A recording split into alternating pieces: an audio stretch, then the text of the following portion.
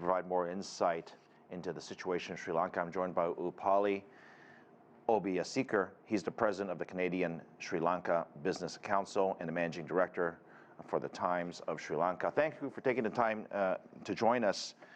What's the latest on the ground there now? Are things calm? Thank you for having me, Philip.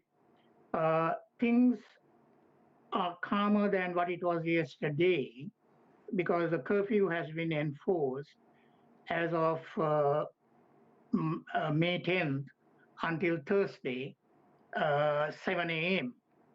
But the protest that started at Golf Face Green continues despite the curfew, which is somewhat of a remarkable change to the scenario.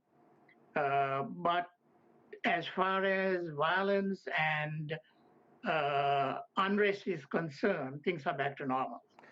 Help us understand for our audience what led to these protests. Well, that's pretty simple, Philip. What happened was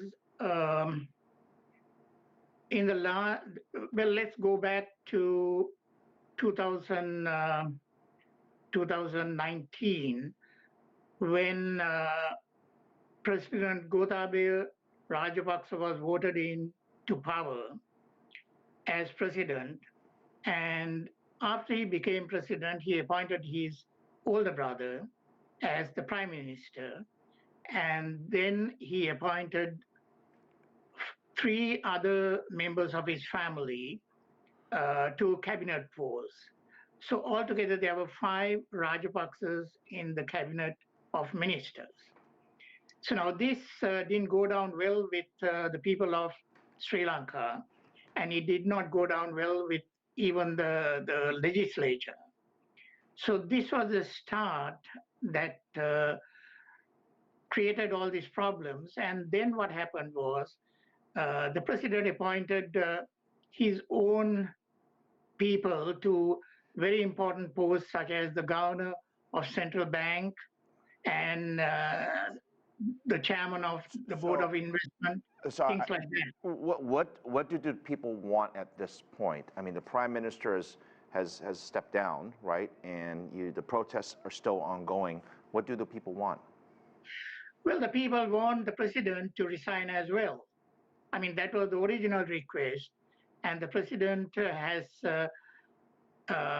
maneuvered the situation in such a way that he got his brother, the prime minister, the older brother, to resign. So what the people want right now, Philip, is they want the president to resign. Which means they want everyone to resign. It sounds like they're all part of the same group, right? Exactly. Well, the thing is, when the prime minister resigned, de facto, the cabinet is dissolved. I mean, according to the constitution, that's how it works. So right now, the president is the only person in power. There is no cabinet, there is no prime minister. So there's no agreement right now. The protesters are still there. The president has not resigned yet. What's going to happen next, do you think? Well, I guess what will happen is the same thing that happened to the prime minister.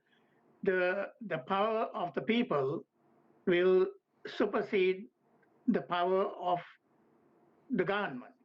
So that is what I see happening. So it's probably the demonstrations will go on, the protests will go on, and it will come to a stage where the president will be forced to resign. Do you think this ultimately, and I know you don't know the answer to this yet because you don't know what's going to happen, but at least in the short term, do you think there's going to be an impact to the economy, not only in Sri Lanka, but to the global supply chain? Absolutely, absolutely. The economy, it's not only the economy, the political scenario as well as the social climate has all been affected.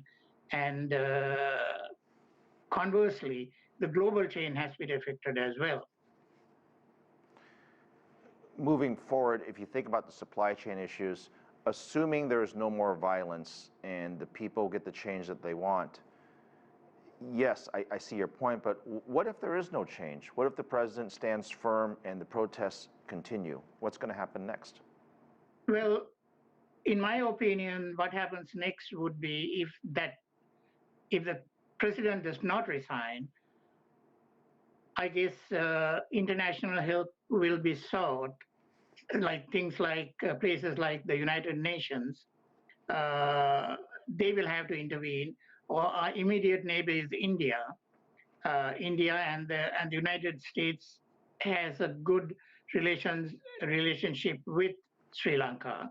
So I guess we'll have to seek their help to negotiate or mediate and get things back on track.